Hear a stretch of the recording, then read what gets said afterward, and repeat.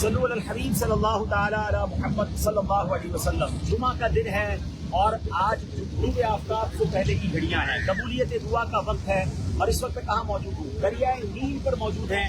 یہ بڑا تاریخی دریا ہے ناظرین، اس کے واقعات حضرت موسیٰ علیہ السلام کی زندگی میں ملتے ہیں، قرآن و حدیث میں اس کے واقعات ملتے ہیں۔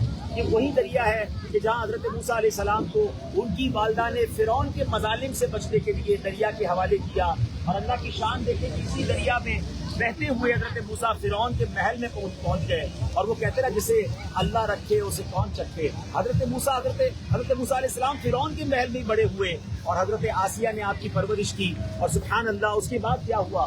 اس کے بعد اب اسی دریائے نیل نے حضرت موسیٰ کو راستہ دیا، اور فرعون اسی دریا میں غرق ہوا۔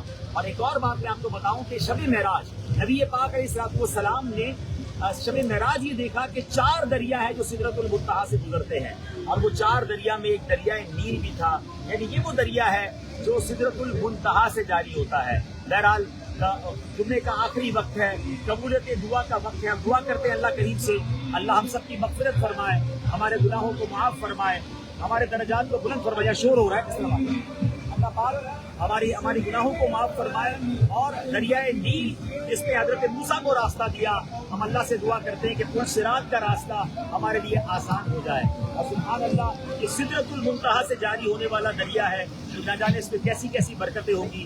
اللہ کریم ہمیں ایک اور سدرۃ المنتہا سے جاری ہونے والا دریائے کوثر ہے، حوض کوثر سے نبی پاک کے ہاتھوں جام کوثر نصیب فرمائے۔